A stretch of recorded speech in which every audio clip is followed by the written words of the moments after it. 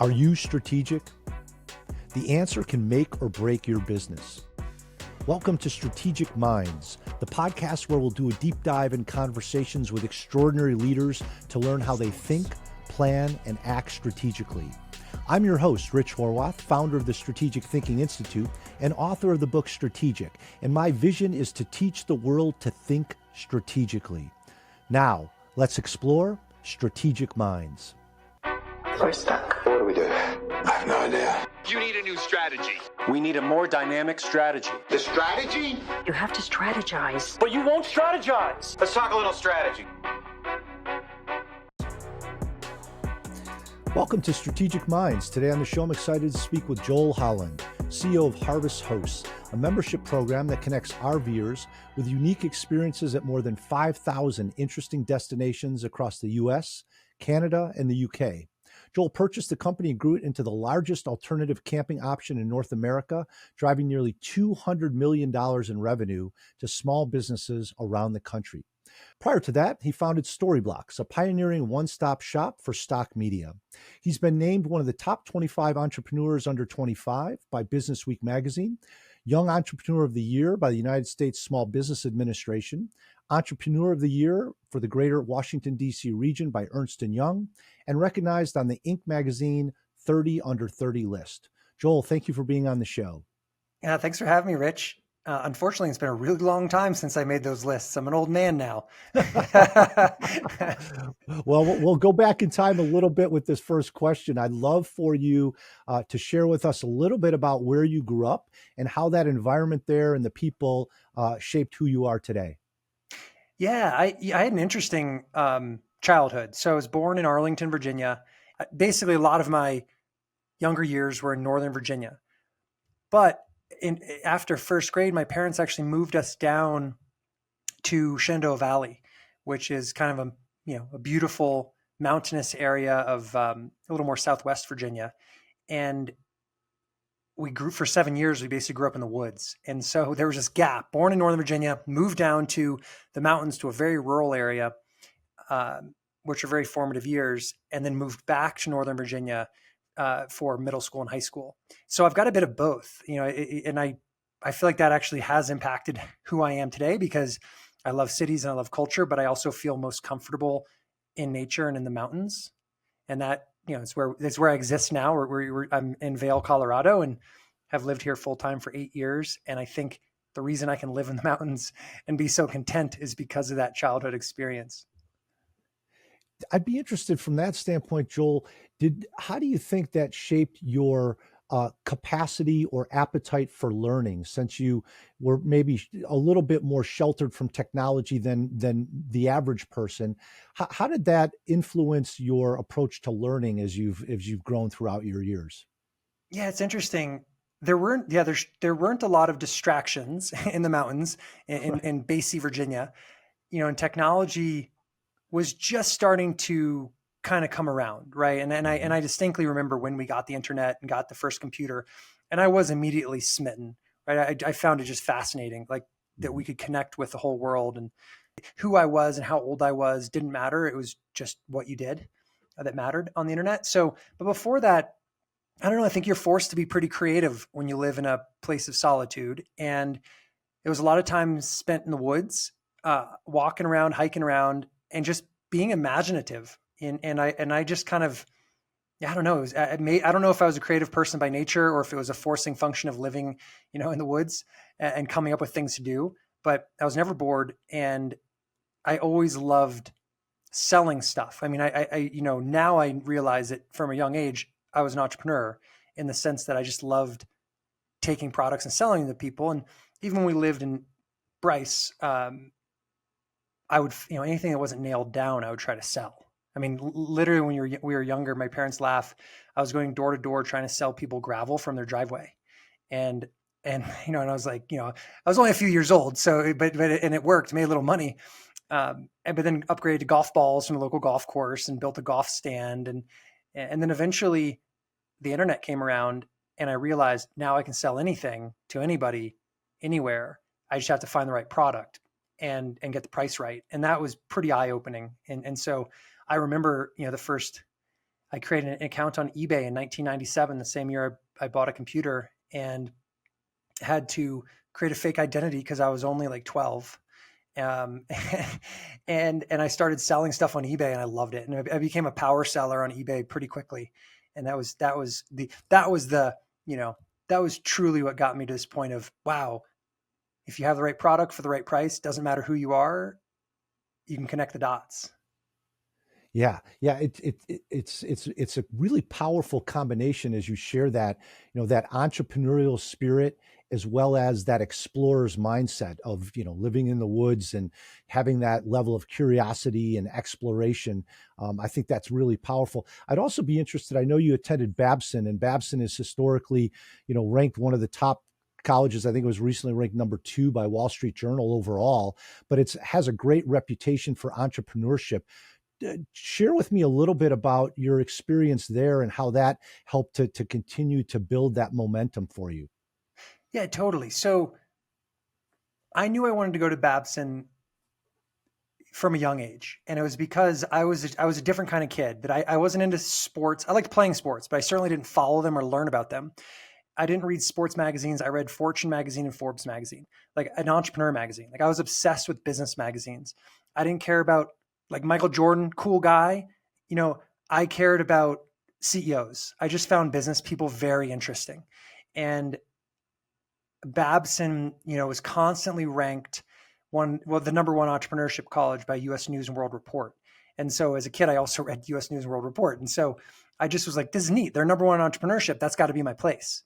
And I applied early, decision, got in, and I loved it. And it was fantastic. It was everything I'd kind of hoped it would be. It was me and a couple thousand other kids who were obsessed with business. And it was a really cool environment to learn, like I loved business, but to learn accounting and learn finance and economics. And Babson has very hands-on applied learning programs for business, which is why they rank so well. The first year you're there, you create teams and you pitch a business concept, and the school funds you like a little VC fund, and you run a business over the course of a semester, and you're basically graded on how well this business does. So, I mean, you're like thrown into the fire. I met some of my best friends there, to this day. The big question I always have, and I don't know the answer to this, is, does Babson breed entrepreneurs, or do entrepreneurs go to Babson? In my experience, we all selected to be there. We were very entrepreneurial to begin with. I don't know that you can really teach entrepreneurship, but you can fan the flames. And I think that's what Babson did. Excellent. And as you fan those flames, obviously you started Videoblocks, which became Storyblocks. So you were really a tech entrepreneur, and now you've jumped over to the hospitality travel space. And it's not necessarily easy for CEOs to move from one domain to the other. There's a lot of examples of CEOs who've tried that, have not been successful. There's a few who have been successful. But share with us a little bit about what inspired you to move from that tech domain to the travel hospitality space. Yeah, totally. So yeah, Storyblocks was my first real startup, right? I had done a bunch of little things, from age 12, selling on eBay to selling, I sold I sold software, and I did all kinds of stuff, but Storyblocks was the first real company. And that was one that I was kind of incubating through Babson, running it from my dorm room, graduated, started doing it full time in my parents' basement. So like it was the true like basement story, and ended up growing it, to a 9-figure business. And it did great, and selling it to a private equity firm. So, but it was not an overnight thing. That took me like 15 years, and I learned a lot. And one of the things I learned was there are certain things in business that I'm good at doing and that I enjoy doing, and there's certain things that I'm not good at doing and I don't enjoy doing. And at Storyblocks, I had to do it all from the beginning, right? Like it was a true 0 to 1 ground up, building a company that didn't exist, finding product market fit, which is by far the hardest thing to do, and then scaling it. So after I sold it, I was kind of burnt out, honestly, at that point. I was just burnt out on too much. It'd been the same thing for a long time. I was wearing too many hats. I was living in a city. I was tired of city life. I was ready to get out into nature. So my wife and I kind of picked up and took off in an RV and traveled around the country, visited all the lower 48 states, had an absolute blast. ended up setting down roots here in Vail, Colorado, and took a year and just played, right? It was always my dream to be a ski bum. I love skiing. And I tried my hardest, right, for a year to just ski and play. But in the back of my mind, the thought of like doing another business kept creeping in because, first I was really young, right? I was early 30s. Clearly it was not time to retire. I had a lot of energy I needed to put towards something productive. And it was kind of interesting how all play without any work started to actually get dull. It truly, like at first it was awesome. I loved it because I was so burnt out on work. I just wanted to play. But within like 6 months, playing started feeling a little less special, a little gluttonous, perhaps. And I was like, okay, I got to find the next thing. And so I knew this time around, I was like, I'd prefer not to build a business 0 to 1. Like if I can find a great business and buy it and try to scale it, perhaps that's a new way to do things. And to me, business is very much a game. Like there's lots of things you can learn, level up and change direction. So I didn't want to do the same industry because I'd already done stock media. I want to do something different. But I also had this concept of, of a Venn diagram where I can go to a totally new industry like RVing and hospitality, but there needs to be some overlap in skills that I've built over the past 20 years. Mm-hmm. And in the middle of that diagram for me was technology, building websites, digital memberships, because Storyblocks was a membership, online marketing. I'd gotten pretty skillful at, building and selling products using Facebook and Google and, other things like that. And so I said, okay, I can find new industry with, an overlap with some of these things I know how to do.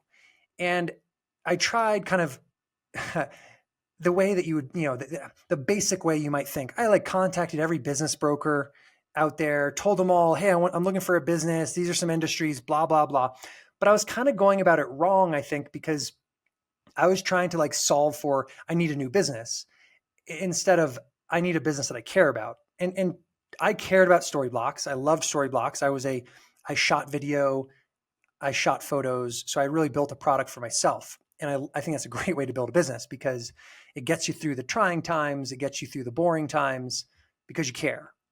Like, to give the extreme example, I could never sell Porta-Johns even if you paid me a couple $1,000,000 a year because I know they're important, but to me personally, it's just not something that I'm excited about, right? And so I was looking for businesses, not because they excited me, but because there were businesses that had good P&Ls and what I realized was, okay, that's like looking for love in all the wrong places. So I took a step back and I asked a very simple question, which was, what do I enjoy doing? Right? Like I still enjoy shooting footage and photos, but I don't want to do stock media again. What else do I enjoy? And the obvious thing, well, skiing was one thing, but I couldn't find any businesses there, unfortunately. I'm still hoping.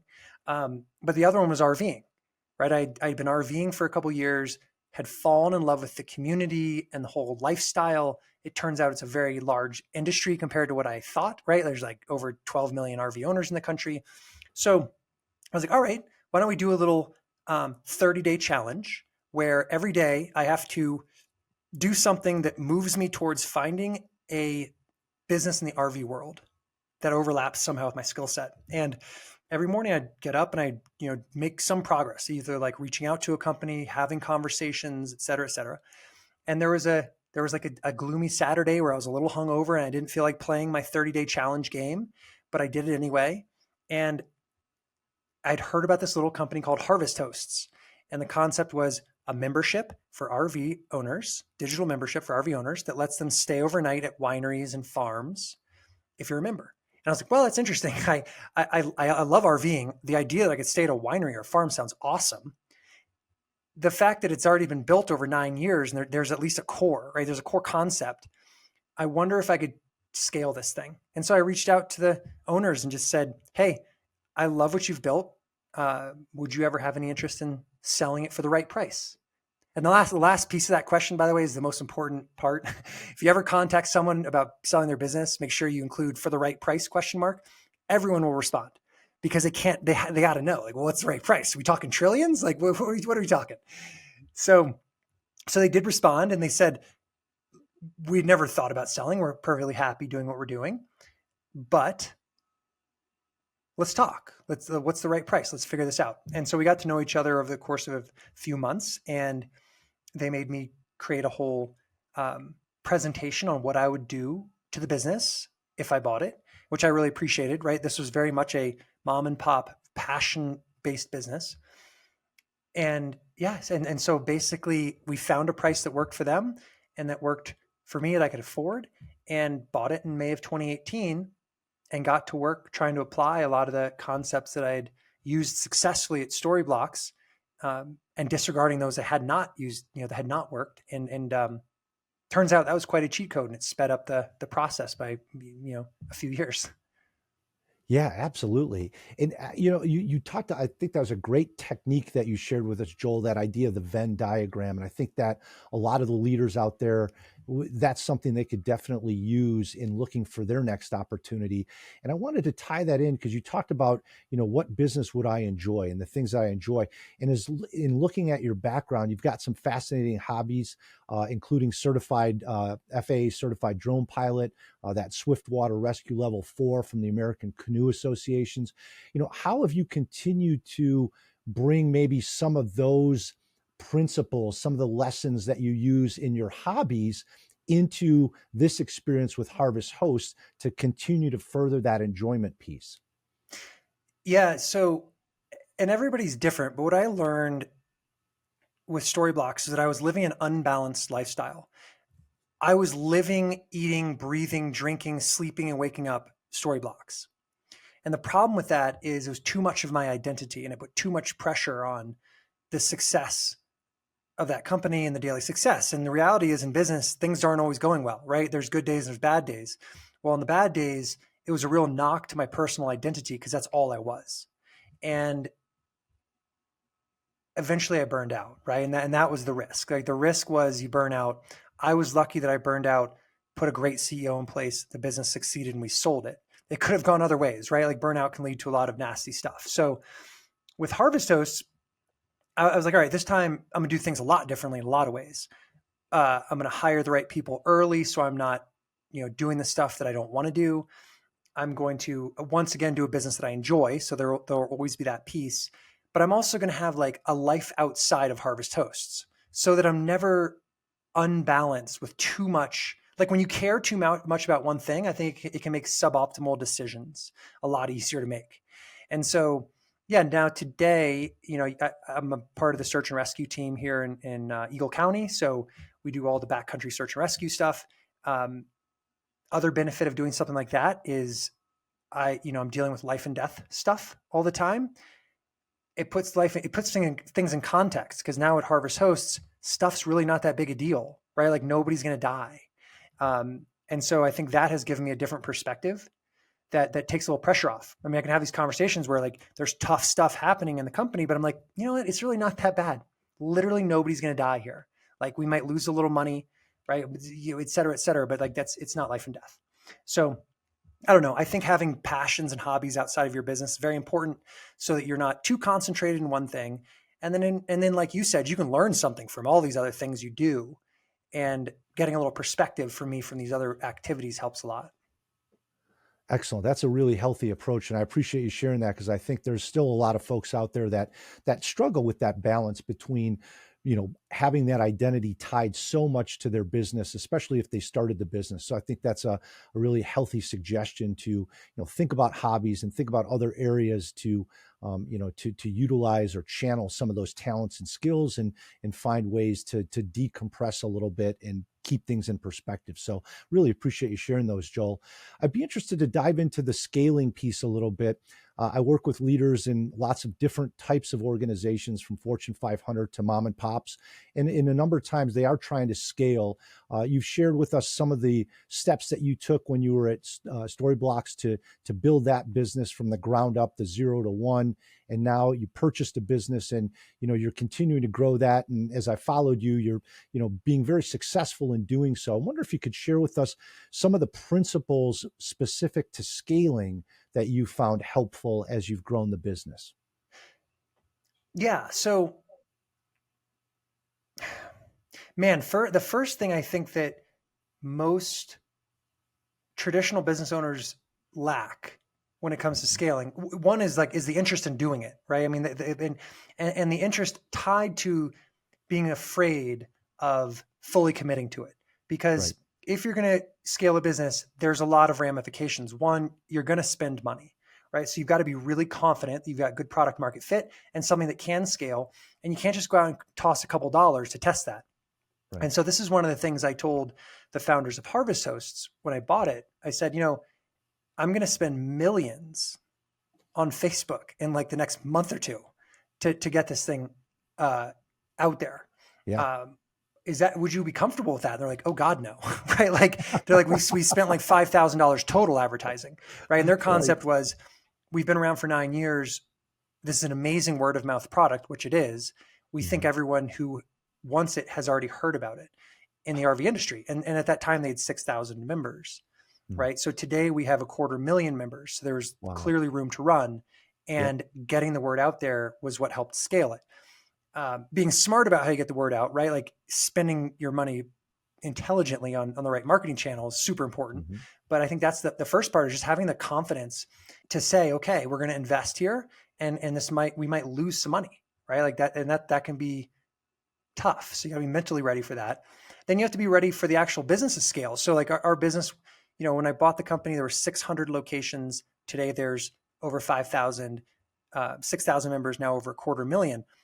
You can't do that without scaling the infrastructure. And so it used to be a mom and pop team. Today, we have 80 employees full-time all over the country.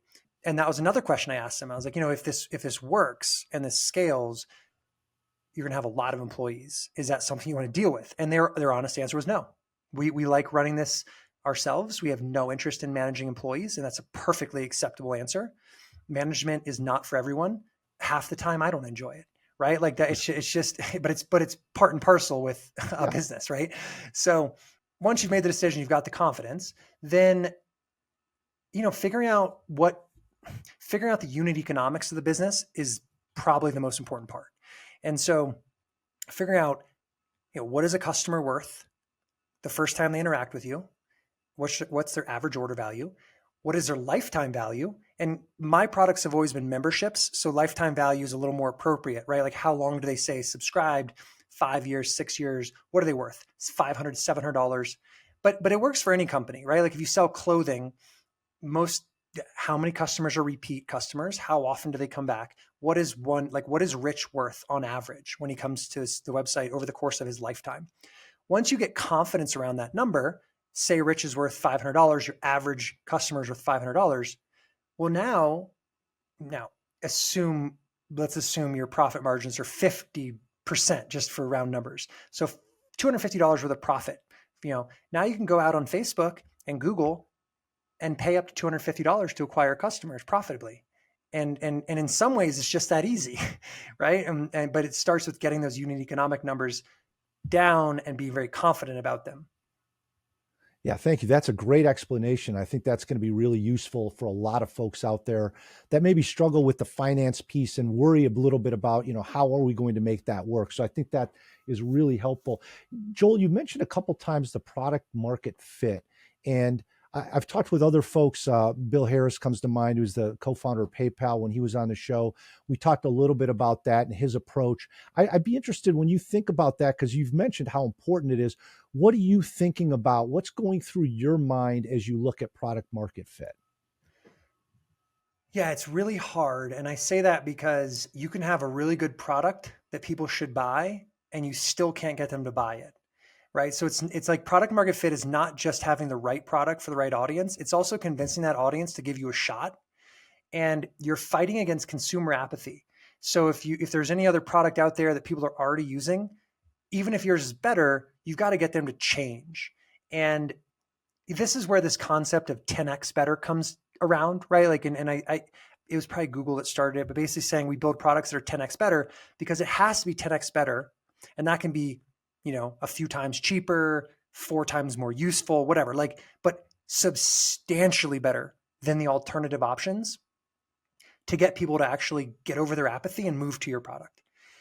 And I've seen this firsthand because when I built Storyblocks, our Video Blocks was our first product, and it was stock video clips that you could get a $99 subscription and get unlimited downloads to.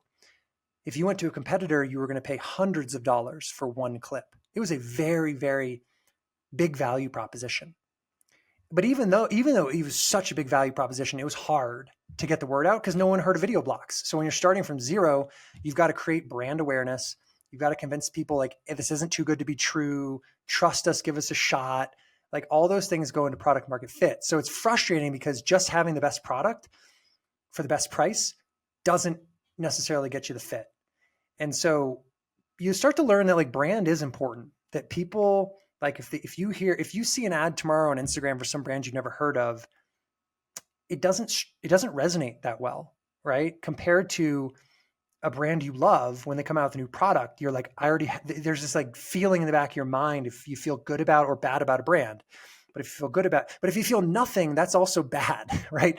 So this is why I now like to buy brands. And I've, the last 6 years, I've now bought 6 companies that we've kind of put together into Harvest Hosts, but they're all great companies with great reputations. And now our job is easy. It's just take this great company with a great reputation and let more people know about it. I don't have to build up from the ground up. To give you the counterexample, in the last couple of years, I've built 2 products from the ground up. And they're both really good products. They're really inexpensive. They do amazing things for RVers. And almost no one took them. Even though I had all these customers that I could cross-sell them to, they're so much better than the competition. But it's not what we were known for. It was a new brand. It was outside of our lane. And it just didn't work. So yeah, product market fit. It's a tricky wicket. Yeah. So would you have any advice for those leaders out there that have built products recently? They understand there is a need. They built the products. They don't have the brand built just yet. What advice would you have for those folks? Because there's a lot of folks out there in that position where they don't have the established brand yet, but they do have something. And let's say maybe it is going to be 10x better. How would you go about approaching that moving forward based on what you've learned recently with a couple of those products? Yeah, brand. So I think what I've learned, and this tracks to everything we've ever read, brands take time. It takes time to get mass market appeal for a brand. But where you start is with your enthusiasts and your first movers, right? And I'll look at Airbnb as an example. They started and there were some diehard fans who were like, cool concept, like never heard, this company didn't exist, never heard of Airbnb, but love the idea. Heck yeah, I'll give it a try. And they started with these like first movers and that got them to a certain level. And then they actually faced some challenges breaking through to mass market. And that's where, hopefully by that point, you've learned a lot about your unit economics. You've learned what works and what doesn't work, the feature sets that people are attracted to. And then you can take all that and start to do some more impactful advertising and marketing to the mass market to build the brand. So it's like, it's a step. It's like, I guess the short answer is brands take time. It's not going to happen overnight. And you can step into it by starting with those enthusiasts. Start with the diehard fanatics, get them using it, loving it, telling you how to improve it before you worry that you're not making it to mass market. Okay, excellent. Great advice. As you were looking at Harvest Hosts to acquire, let's go back a little bit.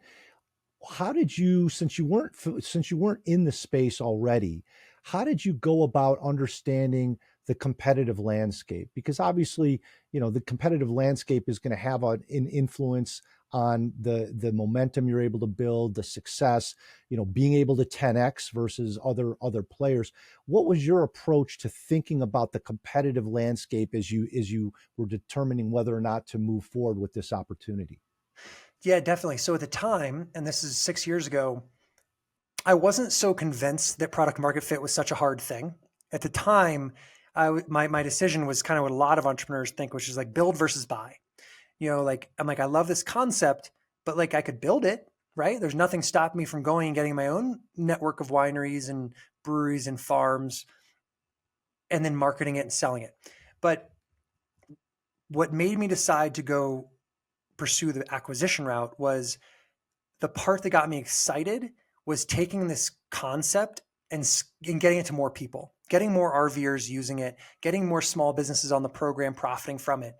I was not excited about having to build from the ground up, having to actually like do the chicken and the egg problem of contacting new hosts saying, we don't have members yet, we're going to, and then trying to get members for a limited host network.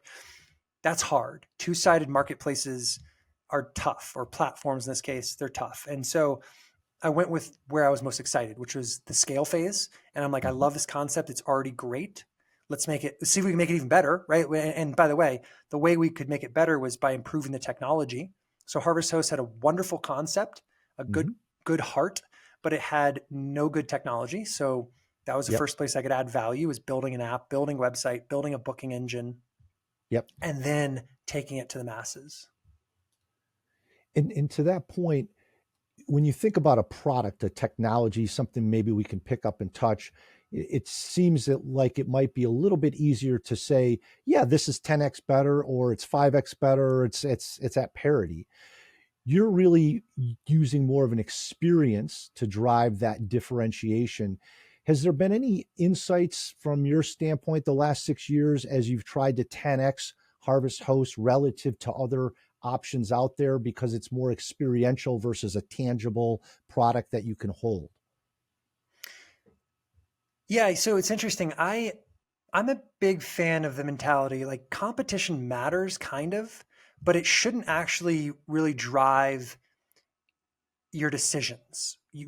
I think what should just drive your decisions is just like, how do we make this product better for our customers, right? And so I've spent very little time thinking about the competition or our alternatives, and more about like, how do we keep making this product a complete no-brainer for every RVer, so that if you have an RV, you obviously have to have Harvest Hosts. And luckily I am an RVer, so that helps a lot, right? Like in a lot of ways, I'm designing this product for myself, for my own selfish needs. That helps. But we also do a ton of customer member feedback, interviewing, surveying, like constantly, to try to just constantly figure out how do we make this product better. And we're in that, and every day we're making it better. And that's what's cool is we're making it better, and we're not raising the price. So the value proposition is getting better and better. And when you talk about the value proposition, I always think about the business model in 3 phases. It's a business model, how you create value, how you deliver value, how you capture value. And you just talked about the value proposition. What do you think is important in creating that extraordinary value prop for somebody who is, really experiencing what you have to offer versus, again, buying a tangible product? Any thoughts that you have on value proposition and how you make that extraordinary from an experience standpoint? Yeah, I think the way I kind of think about it in a simple way, which is, how do you make the gap between the price and the value they're getting as big as possible, right? And it'd be like this. So like price value gap. If I was charging $1,000 for a Harvest Host membership and they're getting $1,000 in value, that's a tough sell. But instead, they're getting $1,000 in value and I'm charging $99. That's like, okay, all day long. People are like, why are you so cheap? I'm like, because it's really easy to get in the money, right? Either like actually in the money, or just mentally, you're like, I feel good about this $99 I'm spending. And for us, that hurdle is 1, maybe 2 nights of staying at Harvest Host per year. Most RVers are out on the road 30 days plus. So it's not much. And that to me is like, I love a low hurdle for people to feel good about what they're paying. And by the way, the lower the hurdle, the harder it is for competition to come in. And, and Jeff Bezos has this famous quote, which is, your margin is my opportunity. And I like to say, like, I like to keep my price as low as possible with the most bang for the buck, because then members are happy. They retain and renew, at very, very high rates. They have very high NPS scores, because for what they're paying, they're getting a ton of value. And, what you have to have in that situation, though, is a pretty large market, a large addressable market, right? If your market's really small, being able to have the low price, high volume solution can be tougher. Right. Yeah, I think Bob Iger describes that as selling trombone oil. It's can have the best trombone oil, but the market's not going to be too big for that. So, in his book, The Ride of a Lifetime, which is interesting. The other thing I'd be interested too is, you've talked about some wonderful ways that you and your team have created this experience for RVers. How do you, Joel, look at that process from A to Z, the things that the RVers would see, and then even the things that are behind the scenes that you and your team are doing to create that memorable or extraordinary experience? How do you think about that process overall, and how do you make sure it's the best it can be on a consistent basis? Well, one of the things I try to remember is we need to keep it as simple as possible, right? Like everyone's lives are very complicated these days. There's a lot of distractions, a lot of technology, a lot of stuff. And RVing is kind of a nice way to escape and travel and, and experience, life on the road. Let's make sure our product doesn't complicate things. And so we spend a lot of time trying to figure out, we got, over 5,000 locations and there's a lot of different booking options, but how do we make this a clean, simple way to just have a better time on the road? So there's a lot that goes on behind the scenes, but we try not to bother our members with that stuff too much. For them, it should be as easy as opening the app or the website, searching, for a location along their route, finding a beautiful winery, looking at the photos and the reviews, going, yeah, this looks awesome, clicking book, right? So I think, the simpler, the better. I mean, it's funny, think of the simplest business for the user. It's Zoom. You get on Zoom, bang, you're just like, there you are, just video to video. But imagine on the back end, all the things they're doing to try to make that clean and simple. So we're not that absolutely simple, but that's a great, extreme example. Yeah. You mentioned growing up and spending part of your childhood in kind of the woods in a forest area and more deserted. And I'd like to understand, Joel, from your standpoint, now as a CEO and you've run a number of businesses and you've acquired businesses, how do you find time or make time to reflect on what's next? As I look at research, a lot of leaders struggle, and now the research says 45% of leaders are not sure that their business is going to exist in 10 years because they're not able to commit time to thinking about the future. They're so caught up in the day-to-day. What's been your approach to reflecting, stepping back out of the day-to-day and thinking about what's next for Harvest Hosts? This is a place I'm really fortunate in, just kind of the lifestyle design that I have. When I lived in the DC area and I was in the office every day, I actually found that really tough because you're constantly bombarded by the issue of the hour. Yep. And now I live in the mountains and our company's fully remote. And so I have a lot more control over my schedule. And so I spend plenty of time, of course, on Zoom calls and in meetings, but I also spend a lot of time just sitting in the woods and just thinking and reading, right? Like a tremendous amount compared to how I used to operate. And that's by design.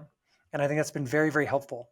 I think it gives me, I like to live in nature. It just makes me calmer. I was a lot more tightly wound when I lived in a city. That's all just personal preference.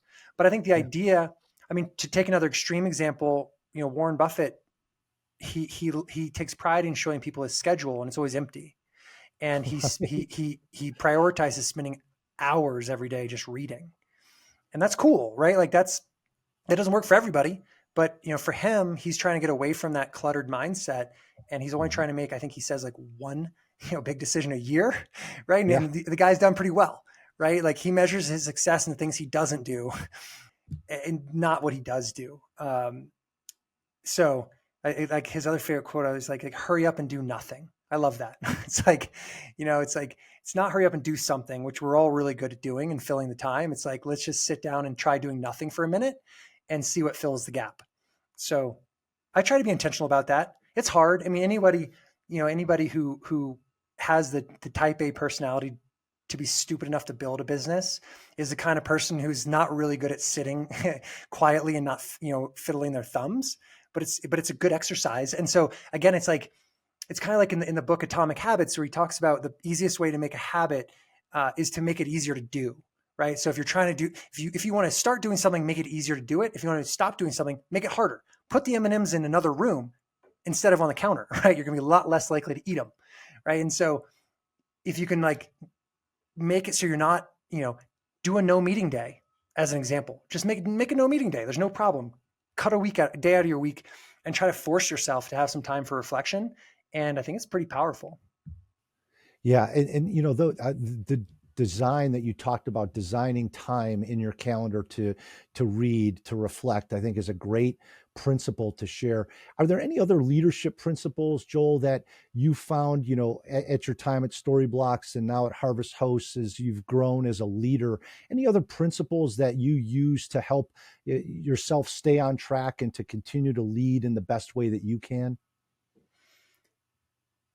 Yeah. So when I was younger, I built Storyblocks in my teens into 20s, and like it is remarkable how stupid I was back then. And it's only in hindsight that you realize that. And I'm sure, by the way, in like 10 years or 15 years, I'll look back on today and be like, wow, what an idiot. but but at least I'm not as dumb as I was then. And back then I thought running a company and being a leader meant having to like roll your sleeves up and get into everything, right? Like do it yourself. And that there was like some badge of honor for like trying to like be in it, be in everything, do it all. But that could actually be very, very counterproductive. And what I've learned is, the simplest way to run a good company is hire great people. And, Steve Jobs once said, we hire people to tell us what to do, not the other way around.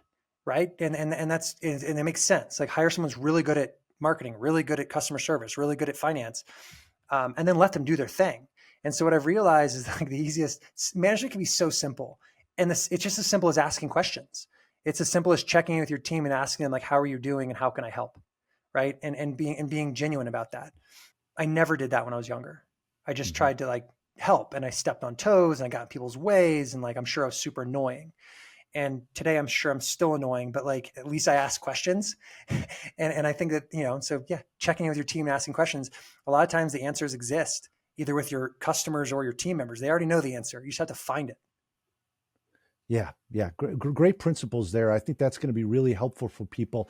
The one other area I'd like to build on is, you've talked a lot about your outdoors experience and the hobbies that you've had outdoors, being able to build a business, then scale a business. You've been very successful in navigating many different lanes and experiences to drive continued growth for the folks that you're working with and working for. I'd be interested because I do strategic coaching with leaders, and that's something that, especially today, with so many inputs for data and information and ways for CEOs to be touched by external stakeholders, internal stakeholders, it seems like there's sometimes a feeling of being a little bit overwhelmed in trying to navigate the business from one stage to the next. You shared some great context around, using hobbies and other experiences to really put things in the right perspective for your business. Any other tips, Joel, that you could share with our listeners around how you've been able to successfully navigate from one domain to another domain, to one type of business to another type of business? Well, I think one of the things I've kind of seen is that there's a lot more similarities across business industries than there are differences. That running a good business, it doesn't really matter. It's industry agnostic. It always comes down to like the same types of issues: hiring the right people, finding that product market fit, figuring out how to properly scale the business, where to spend money on marketing and advertising, how to improve the product. It doesn't matter if you're making cars, you're making, a technology widget. There's a lot of similarities. And so that's where I do a lot of reading, right? Like you go to the basics, like good to great and built to last, right? Like there are reasons certain companies withstand the test of time, and you can look at their cultures, right? And so, you use Disney as an example. Disney's been around forever, and they're an amazing company with incredible brand. That makes me curious, like how they do that, like what makes a 100-year brand like that. And so then, of course, I read Ride of a Lifetime. You learn a little more there. Like you start to kind of go deep on it. Yeah, that's where I like to spend my time, is reading about the businesses that I want to be like, and kind of looking for trends and parallels. And there are a lot of them. It turns out, like when you really start looking, you start to see the things that like work well, and different people are different ways. Like I love learning from examples. There's so many great examples out there now written down. and you can like learn a whole lifetime of information by reading a book. It's incredible. Yes, absolutely. What I'd be interested then is you talked about your organization being entirely virtual, and I know there's a lot of leaders these days that are challenged with do we stay virtual? Do we bring people back in the office? Any tips that you'd have for people on successfully leading teams virtually? So if you've got teams virtual, maybe there's people listening out there that are thinking of starting an organization and it's ripe to be led virtually. Any things that you found particularly helpful in leading virtual company? Yeah, communication is key, and that's the hardest part. The benefit of in-person is that you're forced to be around each other, and there's going to be a natural dialogue, and there's going to be a natural comfort that you get from seeing your peers. And the more you see them, the more you're willing to tell them the truth, etc. So in a virtual environment, which by the way, I love, like I'm a huge fan of the virtual company and I'll never go back, but it's an extra burden to make sure that you're giving the tools, and we're very lucky with Zoom and Slack and some of these other asynchronous tools that people can still communicate, but you have to foster it and make sure people are doing it. Because one of our cultural values is fearless communication. And I always tell my team that's the hardest one because a lot of us have never seen each other in person. So it's hard for me to go to Rich and be like, hey, I'm going to fearlessly tell you I don't think what you did there was right. That's hard because we don't have that relationship like we would if we had a bunch of beers together, right? Like, so it's an extra challenge, but it's not insurmountable because 6 years in, 80 employees, I think we have a great culture. Not every person is built for remote work, right? And so it's kind of like not every person's built to be an entrepreneur. Not every person's built to be a ski racer. Yep. Know yourself, and also hire the right people.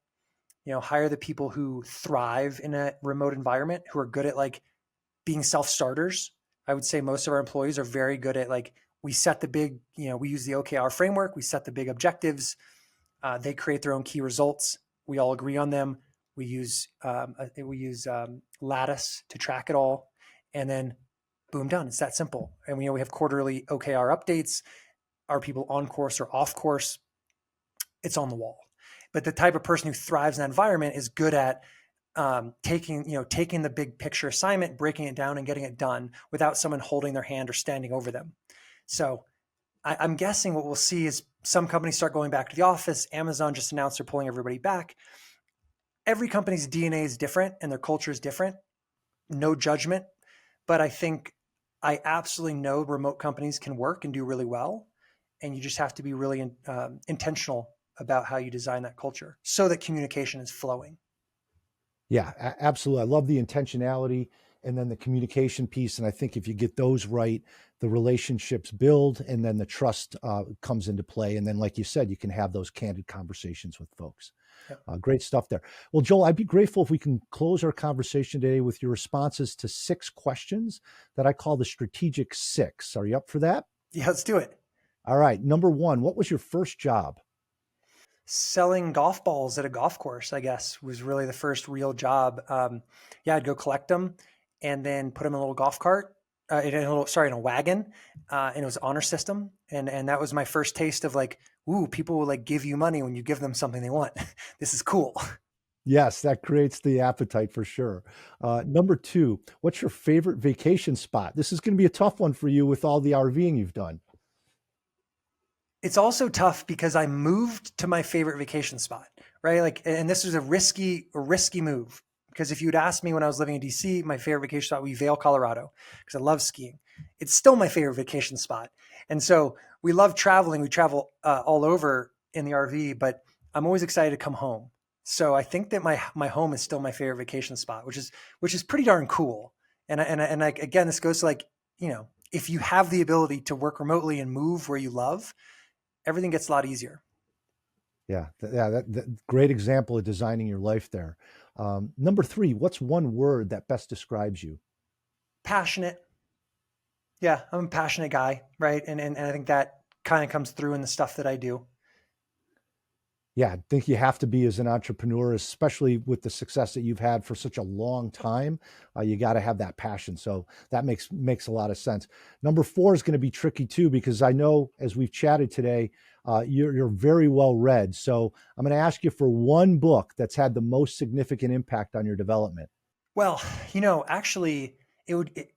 I've read a lot of books. I love business books. I love them. I read them all. Just like I could give you a zillion examples, but truthfully, the one that had the most impact was one I read when I was like 10, and it was Rich Dad Poor Dad.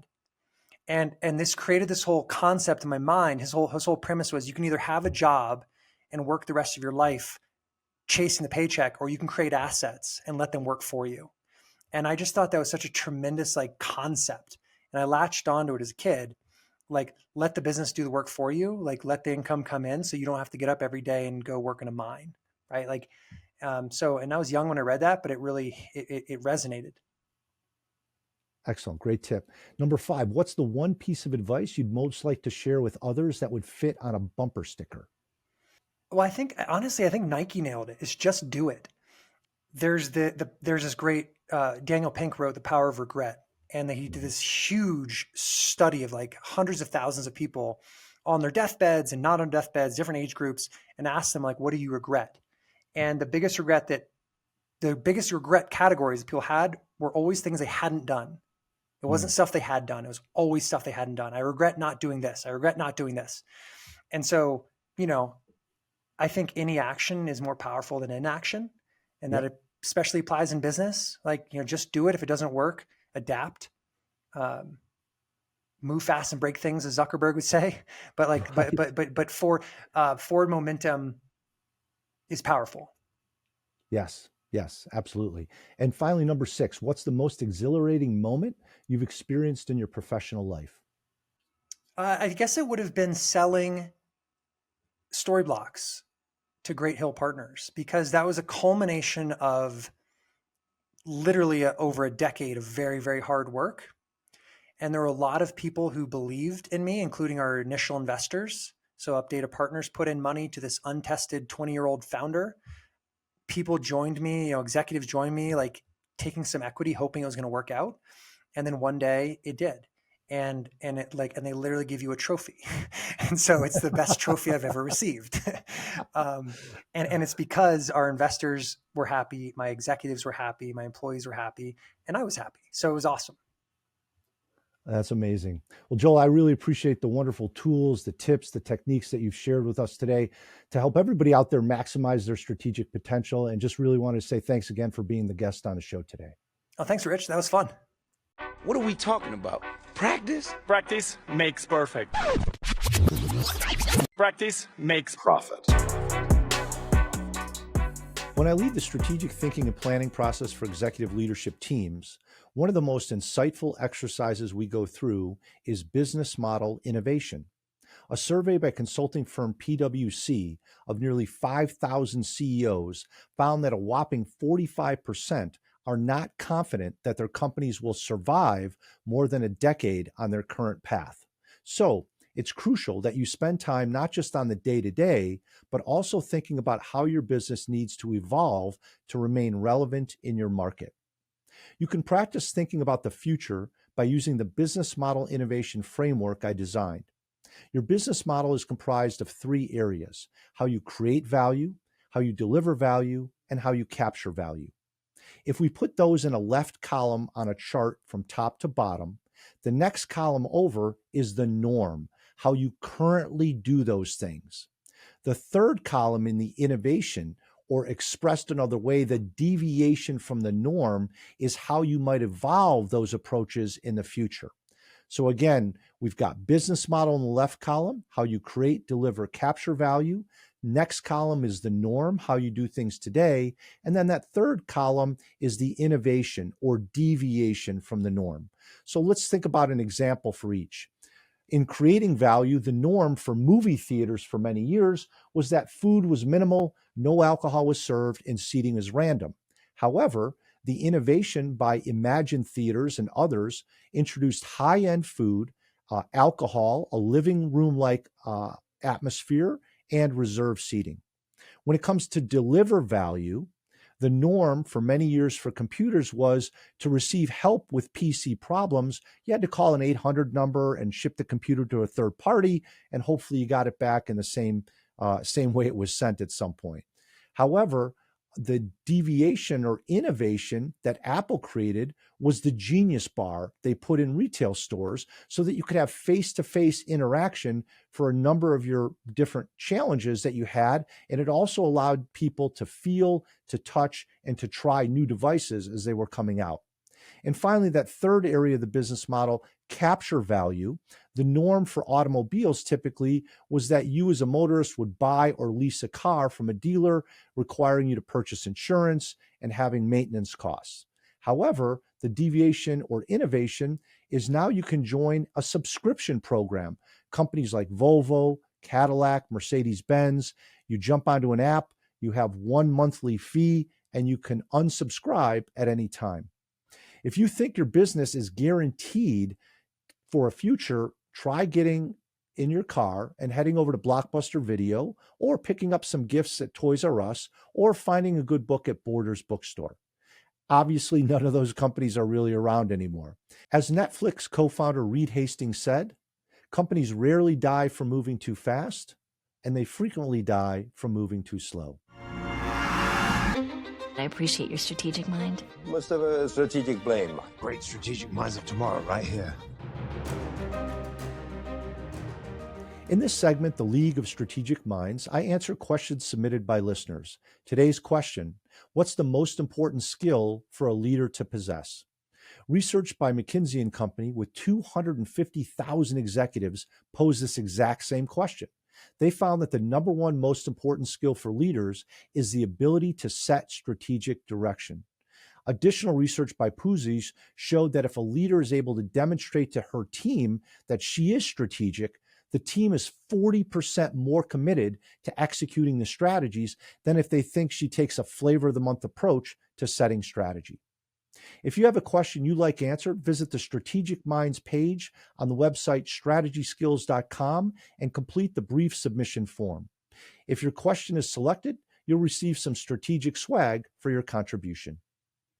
Any insights? You play to win the game. Any further insights? You don't play to just play it. Insightful. I want winners. I played the game to win. I want people that want to win. It's very insightful.